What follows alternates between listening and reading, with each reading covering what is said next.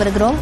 கல்வி நிதி குறித்த மத்திய அமைச்சரின் அறிவிப்பு அதிர்ச்சி அளிப்பதாக எதிர்க்கட்சித் தலைவர் எடப்பாடி பழனிசாமி குறிப்பிட்டிருக்கிறார். விவரங்களுடன் செய்தியாளர் சுபாஷ் பிரபு இணைந்திருக்கிறார். சுபாஷ் பிரபு, அவர் என்ன குறிப்பிட்டிருக்கிறார், விரிவாக சொல்லலாம்.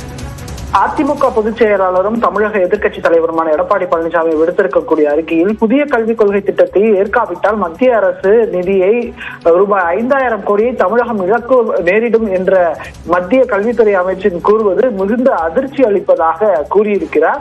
அது மட்டுமல்ல, தமிழகத்தில் சிறப்பான சாதனைகளை கல்வித்துறையில் அடைய காரணமாக பின்பற்றப்படும் இருமொழிக் கொள்கைக்கு பாதிப்பு ஏற்படும் வகையில் மும்மொழிக் கொள்கையை வற்புறுத்தி திணிக்க முயலும் மத்திய அரசு முயற்சியால் தமிழக மக்களிடையே அச்சமும் குழப்பமும் ஏற்பட்டிருப்பதாகவும், இந்த சூழ்நிலையில் மத்திய கல்வி அமைச்சர் PM ஸ்ரீ திட்டத்தை ஏற்காவிட்டால் சுமார் 5000 கோடி ரூபாய் தமிழகம் இழக்க நேரிடும் என்ற ஒரு அந்த செய்தி மத்திய அரசு மீதான கோபத்தை ஏற்படுத்தி இருப்பதாகவும், இது போன்ற முக்கிய துறைகளில் செயல்படுத்தப்படும் சமக்ஷா சுரக்ஷா அபியான் திட்டம் போன்றவற்றுக்கான நிதியை தேசிய கல்விக் கொள்கையை பின்பற்ற வேண்டும் என்று வற்புறுத்தி நிதியை விடுவிக்க மறுப்பது தமிழ்நாட்டில் இருக்கும் மாணவர்களுக்கும் ஆசிரியர்களுக்கும் பொதுமக்களுக்கும் மத்தியில் அரசு இழைக்கும் துரோகமாகவே கருதப்படுவதாக மத்திய அரசு இழக்கும் துரோகமாகவே கருதப்படுவதாக மிக காட்டமாக இருக்கிறார்.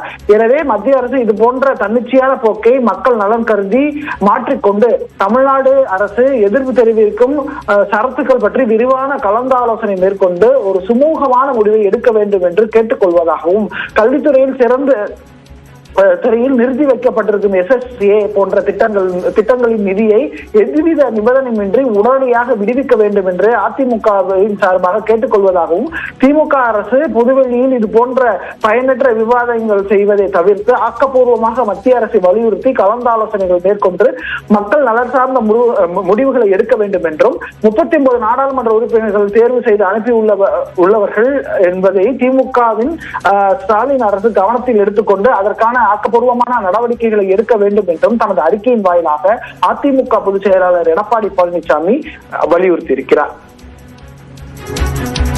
பொதுவெளியில் பேசப்படும் விவாதங்களை தவிர்த்து ஆக்கப்பூர்வமான விஷயங்களை முன்னெடுக்க வேண்டும் என குறிப்பிட்டிருக்கிறார் எடப்பாடி பழனிசாமி. என்ன விஷயத்தை குறிப்பிடுவதாக பார்க்கப்படுகிறது சுபாஷ் பிரபு?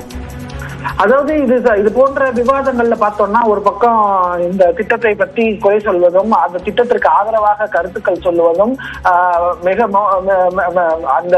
இந்த விஷயத்தில் என்ன முடிவு எடுக்க வேண்டும் என்பதை தாண்டி விவாதங்களாக அது போய்கொண்டிருக்கிறது. அதை தவிர்த்து விட வேண்டும். உடனடியாக இதில் ஆக்கப்பூர்வமான செயல்பாடுகளை மத்திய அரசுடன் கலந்தாலோசனைகளை மாநில அரசு மேற்கொள்ள வேண்டும் என்பதுதான் அவர் சொல்லக்கூடிய ஒரு விஷயமாக இருக்கிறது.